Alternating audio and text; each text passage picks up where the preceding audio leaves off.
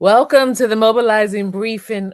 Listen, if this is your first time, I want to welcome you. I'm so glad that you're here. Go ahead in the chat and put first timer. We want to celebrate you joining us today. I'm Adrian Benton, founder of Mobilizing with Impact. And every month during the Mobilizing Leadership Briefing, we take time to answer a really important question and pull out best practices and leadership principles. Last month, we talked about how do we lead without lowering our standards?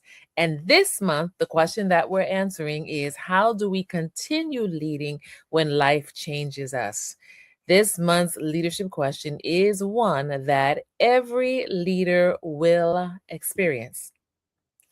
For me right now, if I'm going to be honest, I'm experiencing it myself. Many of us experience grief, yet few of us are ever really prepared to lead through it. So, we're talking about leading through grief, talking about leadership, grief, and hope. And I want to go ahead right now and thank you for giving me a few minutes of your day. All right. Have you ever noticed that every leader has a story that includes you, right? Because behind every accomplishment, every promotion, every milestone, every successful season, there usually is a chapter that few people ever see. I want you to think right now about a chapter that was marked by disappointment. A chapter in your leadership in your life that is marked by loss, by transition, by grief. The reality is, many people will never really know the intricacies of your leadership journey. You have a story. Man, if only you could really tell it to the world. We would find that hidden within every leadership story is a loss that changed you, a loss that changes me. Not every loss is the loss of a person. Let's admit that, right? Sometimes it's the loss of certainty. Things shift and change on the job, and you're no longer walking in a stable season. Sometimes it's the loss of confidence. You are given a new task or a new role, and now you're starting all over again. The loss of a dream, you didn't get the promotion. The loss of an opportunity, you didn't get a chance to go to school. The loss of the future that you expected. And the question isn't whether you and I, as leaders, will experience loss. No, the question is how do we continue to lead when life changes us? Leadership research continues consistently to remind us that leadership is not only intellectually demanding, it is emotionally demanding. I want you to think about that. Leadership is not only intellectually demanding, but it's also emotionally demanding. What does that mean? It means this. As leaders, you and I, we are expected to navigate uncertainty. We're expected to support others through change. We are expected to make difficult decisions. You're expected to maintain stability in the midst of instability, often while carrying your own unseen burdens. Unseen burdens. Research in organizational psychology has shown that unresolved grief, prolonged stress, and significant life transitions, these influence your decision making. They influence our ability to be resilient. They influence how we engage with those around us, the organization, and it influences just overall leadership effectiveness. And yet, despite these realities, very few leadership programs teach us how to lead while grieving. Leadership programs, come on, they teach us strategy, they teach us communication, they teach us conflict management, they teach us vision, but rarely do they prepare us for leadership after loss. Now, I've witnessed this through military leadership, ministry coaching, and conversations with leaders around the world. Life changes, and yet leadership continues. I've seen over the years that sometimes leaders return to work after burying a loved one. Sometimes they continue to serve with after losing a dream. Sometimes they quietly carry disappointments that no one knows about. Whew. The challenge for many of us is not pretending these experiences never happened.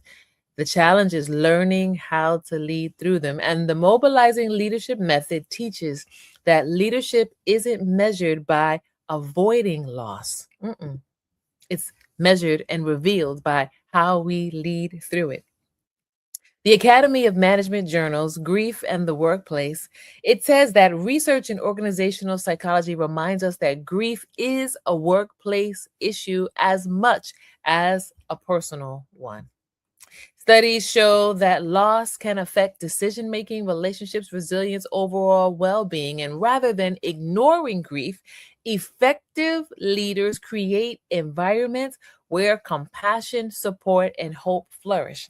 And here's the important thing, for us as leaders, it's important to remember that we are to create these environments before the grief, before the loss, before the transition. Sometimes it's hard to know when something is going to happen, right? So that's why creating these environments where there's compassion, where there's support, where there is hope, it's an everyday evolution. It's an everyday getting to know our staff. It's an everyday giving them an opportunity to speak. It's an everyday taking time to get to know each other a little bit better and allowing their voices to be heard. It's an everyday evolution. And that's exactly why the mobilizing leadership method teaches that loss changes us, but it does not have to define us. Go ahead and lock that in. Write that down. Loss changes us, but it doesn't have to define you. You see, healthy leaders, we don't ignore grief. We acknowledge it. We learn from it. We grow through it. Because when grief is processed in healthy ways, it often produces something remarkable. I want you to think right now about a grief, a loss. What was something that was produced from it that was remarkable? Sometimes it looks like greater compassion, a greater depth of patience, greater wisdom, greater humility. See, leadership isn't weakened by humanity. No, our leadership becomes stronger when we allow seasons of loss or grief to deepen our capacity to serve others. Hope. Hope is not pretending that everything is okay. I'm going to say that again. Hope is not pretending everything is okay. But hope is choosing to move forward while acknowledging that something has changed. That's what resilient leadership is. Now, today I'm going to introduce to you another mobilizing leadership framework. We're talking about hope. I want you to go ahead and write these down, take notes, because you can utilize this every single day, starting right now. H stands for honor the loss. Don't minimize the loss. You see, healthy leaders acknowledge reality. It's real. The loved one passed. It's real. You had to have surgery. It's real. The promotion didn't happen. Like, honor it. Oh, healthy leaders will open their hearts. You see, grief often increases our ability to be empathetic, our ability to be aware, our ability to take it in and make sense of what's happening, even if we don't agree. Grief increases our empathy and it allows experiences to deepen our compassion rather than harden our heart. P. P stands for pursue purpose. You see, loss may change the path. You may have been going in this direction, and a loss now requires you to go in the opposite direction. But it doesn't cancel your calling. You're still called, you still have that passion, you still have that talent and ability. So continue taking faithful steps and see where it guides and directs you.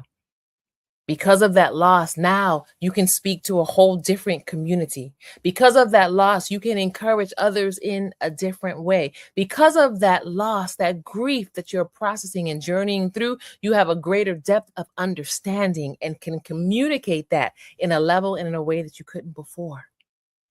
E stands for encourage others. You know, some of your greatest influence will come from the hope you offer because of what you survived. Because of what you survived. Because of what you survived, you can actually thrive. Leadership multiplies hope. Hope stands for have only positive expectations. I love it. So this week, I'd like for you to reflect on 3 questions.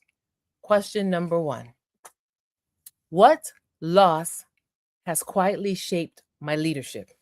Call it out, name it. What loss? What loss has quietly shaped your leadership? Quietly. No one else sees it, but it has impacted how you lead today. Question number 2: what has that experience taught me about myself? First, we have to understand ourselves before we can understand others. So, what has that loss, that grief, what has that taught you about you? And then number 3: how can God use that experience to encourage someone else? We don't walk this journey of life just to walk through it. But every experience that we have gone through can be used to be a blessing to serve others. One of the greatest gifts we can offer others is not perfection, it's perspective. Who can you encourage today with your perspective of hope? We want to mobilize forward. And our mobilize forward action is simple: reach out to one person who is carrying a difficult season. Right now, name that one person, call that name forward, and make a commitment. How can you reach out to them? Multiple ways. Maybe send a text, make a phone call, write a handwritten note, offer a prayer. See what the need is and just simply fill it without asking questions. Encourage someone who might be quietly carrying more than you realize, because hope multiplies when it is shared. And as we conclude today's leadership briefing, I want to leave you with this thought. The chapters we would never choose often become the chapters that teach us how to lead. I'm going to say that again. The chapters we would never choose, this grief, this loss that you would have never in a million years chosen for yourself, often can be the chapter that teaches you how to lead and how to lead well. Leadership isn't measured by avoiding loss, it is revealed by how we lead through it. So I'm inviting you today to lead with courage. I'm inviting you today to walk with compassion. I'm inviting you today to hold on to hope. And before we meet again in the next month's leadership briefing, I want you to answer these questions. What did you learn? What will you do? How are you mobilizing forward? I want to thank you for joining me for another Mobilizing Leadership Briefing. Throughout this month, we'll continue to explore conversations through the lens of leading through grief. Leading through grief. Today, this is our briefing. All through the month, we're answering this question, and I invite you to join us. You can join us on August 9th for our leadership webinar with Dr. Candice Leffingwell, August 9th. Register today. You'll see the link in the description box, and bring someone with you. This is a topic that we really need to discuss as a community. And Dr. Leffingwell is a trauma coach, so you want to join us. You can also join us weekly. Every week this month, we have our leadership webinar, Transformation Station Leadership Conversations. We're going to be having conversations with multiple leadership experts and gurus and everyday leaders like you and I. So you don't want to miss even one episode. And we are also inviting you to join us on August 16th for our Mobilizing Prayer Circle. We meet on August 16th for about 45 minutes. We come together and we have a devotional. We give prayer requests and testimonies as a community in the Zoom room, and then we pray with and for each other. And we believe that the community that prays together sees miracles take place together. All right. Well, listen. I'm excited to continue to journey with you this month as we talk about leading through grief.